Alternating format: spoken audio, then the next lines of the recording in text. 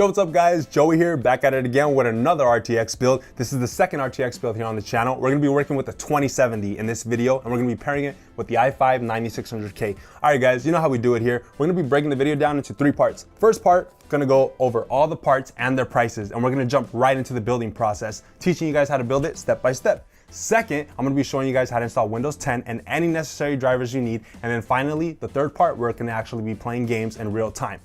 All right guys, it's gonna be a very long video. I'm gonna jump right into it. So this motherboard right here is rocking the Z390 chipset. So we paid $175 for our motherboard. Now this is part of the ASUS Prime series of motherboards. They've come a long way. In this new generation, they now added RGB LEDs right here and right here on the motherboard, which are customizable to any color, obviously. So that's really cool. This motherboard's rocking 7 USB ports. You're gonna wanna get this out of your motherboard box, the JFP1 tool, our SATA cables, and our IO shield. So we paid $260 for our i5. It has a base clock of 3.7 gigahertz and a turbo of 4.6 gigahertz. All right guys, so to install our CPU into the motherboard socket, line up the golden arrow of the CPU with the arrow on the motherboard, which is located right here. And then we're just gonna lift this to the side, lift it up, line up both together. Don't push it in, just let it drop. It should fall right into place just like that. We don't wanna bend our pins, so don't push down on it. Then up and over, push it back down and tuck it in. Boom, CPU installed. So to core our CPU, we're gonna be using the ETS T50. It's gonna match our theme really well. That's a clean looking heatsink if you ask me. 55 bucks is what we paid for it. All right guys, first step to install our CPU heatsink is we're gonna be working with this plate. This side for Intel should be facing up, and we're gonna be putting 4 of these screws through the middle right here. We're gonna be securing it into place with this little rubber piece. We're then gonna line it up with the bottom of the motherboard. So then to secure this thing, we're gonna be using these 4 things. We're gonna be placing this on top of it. When lining it up, just make sure it goes through the middle hole. It should look like that, and do the same thing for the other one. And then finally, to secure it onto place, we're gonna be using these little things. Now remove the fan and the other piece from the heatsink. We're then gonna finally be lining it up with the 2 points and then screwing it on. First, be sure to remove the wrap on the bottom, and we're gonna need to add thermal paste first. This is Arctic Silver 5 thermal paste I'm gonna be using. So we're gonna wanna put a pea-sized amount of thermal paste in the middle of the CPU. Now when lining it up, just make sure the fan side is on the right-hand side. I'm gonna do each side little by little. So a screwdriver with an average length is not long enough to secure this. So I'm using a Milwaukee 150 millimeter screwdriver. So you know you're done tightening it when it actually just stops turning. And there. And this right here changes the lighting effects of our actual fan. And then the other cables to power the fan, we're gonna be plugging it into our motherboard where it's labeled CPU fan, which is right here. Should look just like that. That looks good. This little lighting effect controller, I'll just have it chill up here. Put the air guide back on. So for our RAM guys, we went with the backwards. Corsair Vengeance LPX, 16 gigs, 2 sticks of 8 gigabytes, rated at 3000 megahertz, 120 bucks is what we paid for it. So to install our RAM, we're gonna wanna open up the 2nd and the 4th RAM slot. And how I line it up is I just stick it through the back first a little bit and then line it up with the front side and then just push it down and it should clip up like that. And then we do the same thing for the other one. Make sure you guys remove the plastic wrap on the motherboard. We have some right here as well. Actually, they put it all over this thing. It's a lot of wrap. And last one. All right guys, so now we're gonna be sticking our motherboard into our case. We went with the Spec 06. This is the RGB version, so the front's gonna light up real dope looking. So first thing we're gonna be doing is sticking the IO shield in the backside of our case. So we're gonna line it up like this. Just make sure it clips in. So when installing our motherboard inside our case, we just want to make sure that all our points on the motherboard, we have 9 of them for this one, line up with the 9 motherboard standoffs inside our case. With this case, they're already all in the appropriate position. 3 down here, 3 in the middle, and 3 on top. So what I do first is line up the back motherboard ports with the IO shield, and then I just make sure the motherboard sits in with this one. This is the only motherboard standoff that doesn't need to be screwed in, and yeah, that'll hold your motherboard into place. So on the back side of our case, where our drive cage is where we're gonna find our screws and other tools. I'm gonna be using these screws right here to secure our motherboard. So moving on to our power supply guys, we went with a 600 watt bronze rated. How much we paid for it? 58 bucks. So if we take a look at the back of our power supply, they're labeled. We have VGA, periph, and SATA. So we're gonna be using our VGA cable. This is gonna power our graphics card. We're not gonna be using the periph cable, so just get that out of the way. But we are gonna be hooking up both of the SATA cables. The SATA cables are gonna be hooked up to our SSD and our hard drive. It's gonna power them. We then have these two, which are already connected to the power supply. The big 24-pin one is gonna power our motherboard, and this one's gonna power our CPU. So we're gonna have the fan facing down, and we're gonna just put it in through here, and we're securing it with the screws that came with the power supply. All right guys, so now we're gonna be plugging in a lot of these cables. When building a PC, we have two sets of cables, all the cables from our power supply and then all the cables from our case. The case cables are gonna connect our power switch, our USB ports, our microphone and headphone jack, and our reset button to the actual motherboard. So let's go ahead and get the case cables out of the way first. Our HD audio cable is gonna be hooked up where it's labeled AAFP on our motherboard, and the HD audio text is gonna be facing up. Our USB 3.0 cable is gonna hook up right here. Now to plug in our switches, we're gonna be using the little tool that came included with our motherboard. So everything's labeled, guys, so just go ahead and match up everything with what it needs to be matched up with. So there's positive and negative LED, and when I flip it over, the reset switch hooks up right there. Flipping it around again, our power switch hooks up right next to our power LED. And now we're gonna be plugging it in. It should look like that. So now to power our CPU, I'm gonna be wiring the cable up through here. So as you can see, guys, this cable has a clip. When hooking it up to the input, we wanna make sure that the clip part is on the top side. And it should look like that. Both sides should clip on top. So for this cable, it's actually separated. Just connect both of these things and then plug it in. So moving on to our drives, a 500 gigabyte SSD to boot up Windows 10, 73 bucks, and then a 2 terabyte hard drive to store our games. So first we're gonna be attaching our hard drive to this thing, and now we could put it in our drive cage. So we plug two cables into our hard drive, the SATA power cable. So one of the ends of the SATA data cable that came with our motherboard hooks up to the hard drive, and then the other end hooks up to the motherboard. So we're gonna be doing the same thing for our SSD. It also has the same ports, but first I'm gonna be covering it with some hot pink vinyl wrap to match our theme. So this case supports up to 2 SSDs right here, but I like to have our SSDs on display in the front of the case. So in order to do that, I'm gonna be using double-sided tape, and then I'm gonna be wiring the cables through here.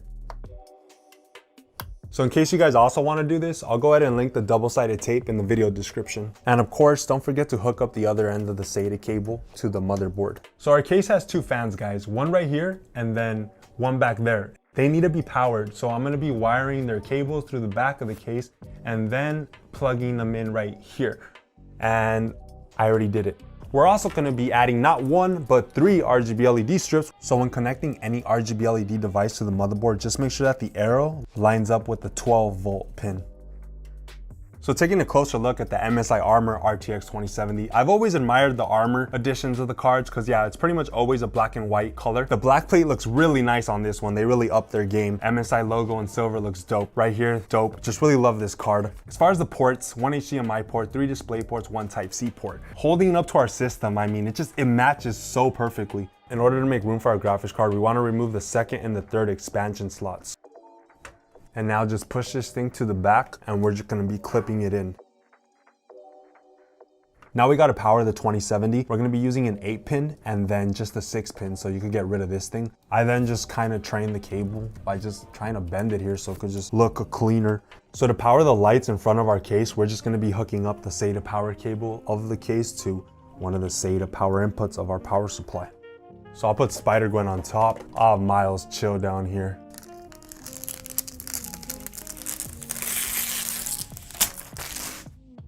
Ta-da. So yeah guys, we have 3 RGB LED strips going, motherboard LEDs, heatsink LEDs, graphics card LEDs.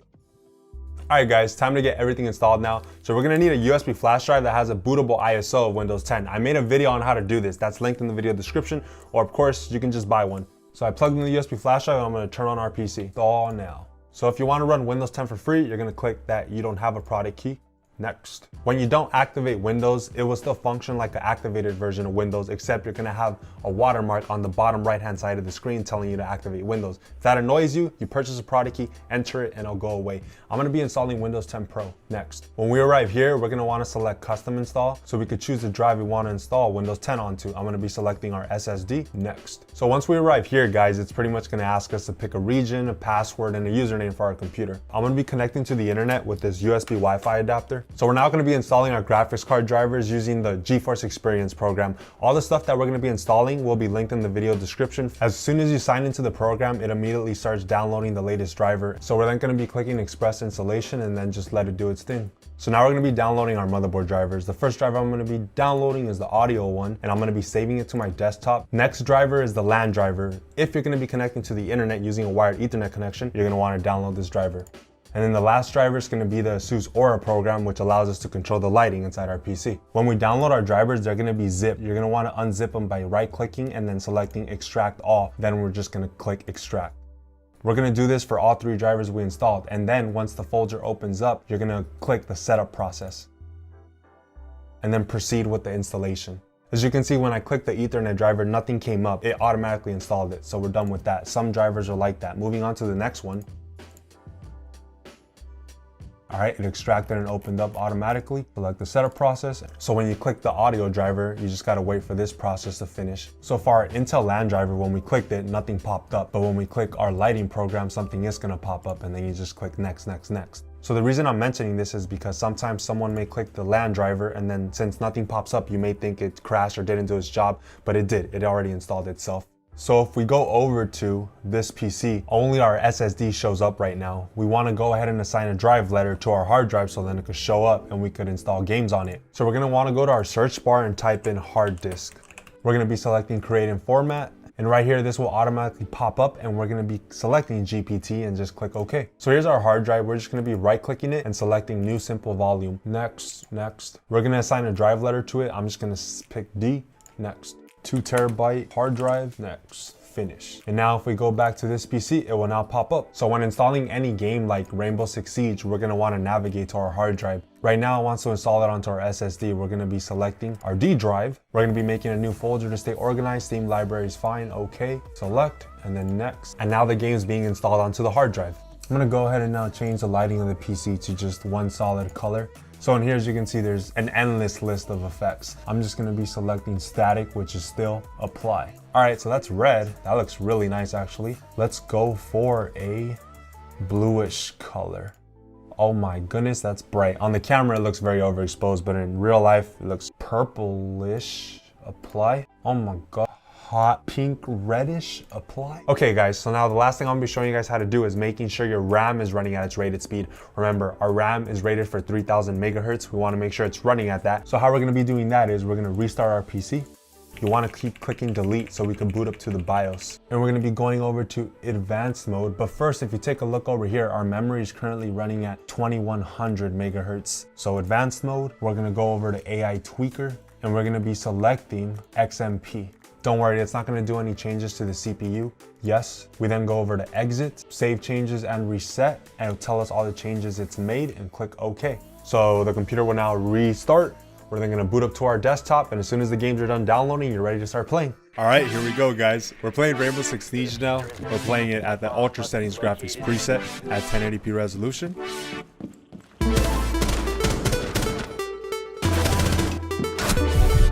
One up.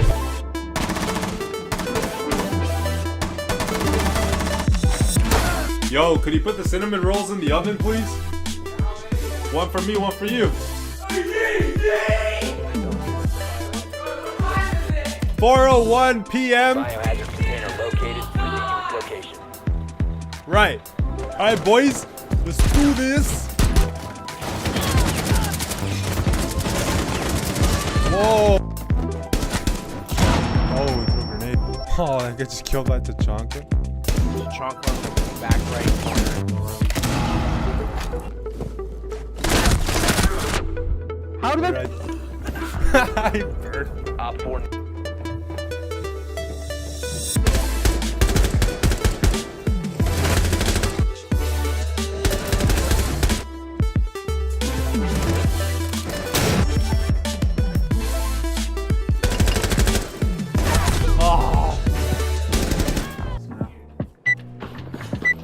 All right, let's do this, guys. Devo time.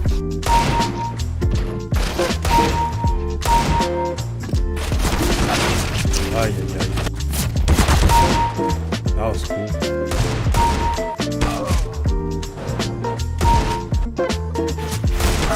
Ow. Where am I? Where?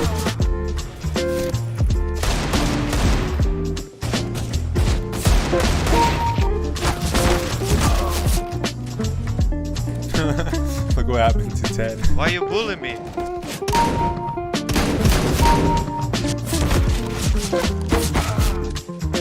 Oh. Yo, Yo, this is a lucky. I was about to say that's a lucky chicken. Nope.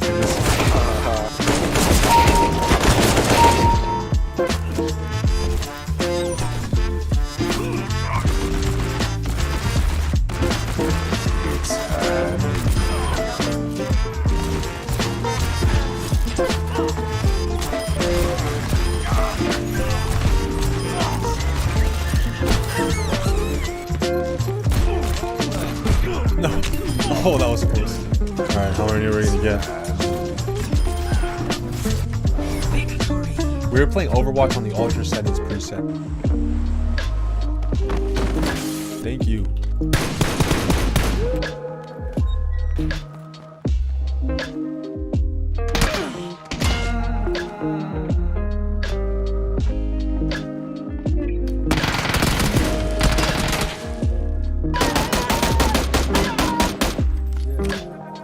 So we're playing the game right now at 1080p resolution maxed out, ultra settings. I'm gonna go ahead and turn down our shadows to medium now.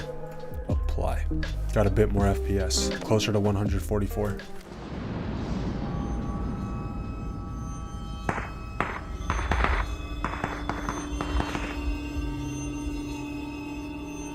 No!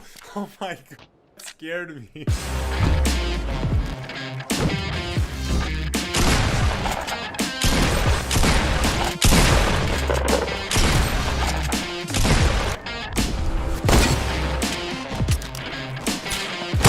This is so dumb.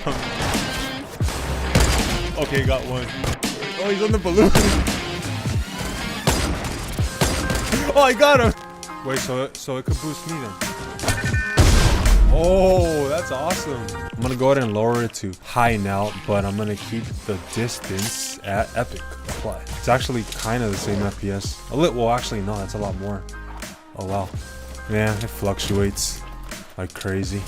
Let's see though what it takes to play Fortnite at 244 FPS. Post processing, low effects, low, anti-aliasing, medium, shadows, off, apply. There we go. We're in the 200s now.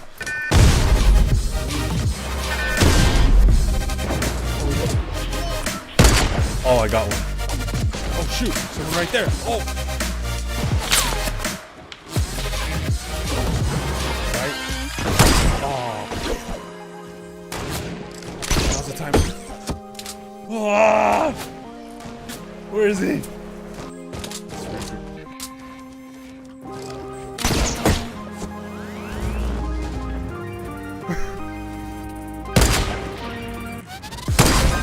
Alright, he's down. One more. Got them both! Yes! Alright guys, so check it out. This was actually my first win. But anyways, thanks for watching. If you watched to the end, I really appreciate it. Next build is the RTX 2060. If you want to know as soon as that comes out, turn on bell notifications. Anyways, guys, I'll catch you in the next PC build. Peace. I'ma get it all up in my head. White t-shirt, blue jeans. I can never get enough of you. Bright sneakers on, getting ready for a flashback. Time keeps moving on, looking at you feeling like I could never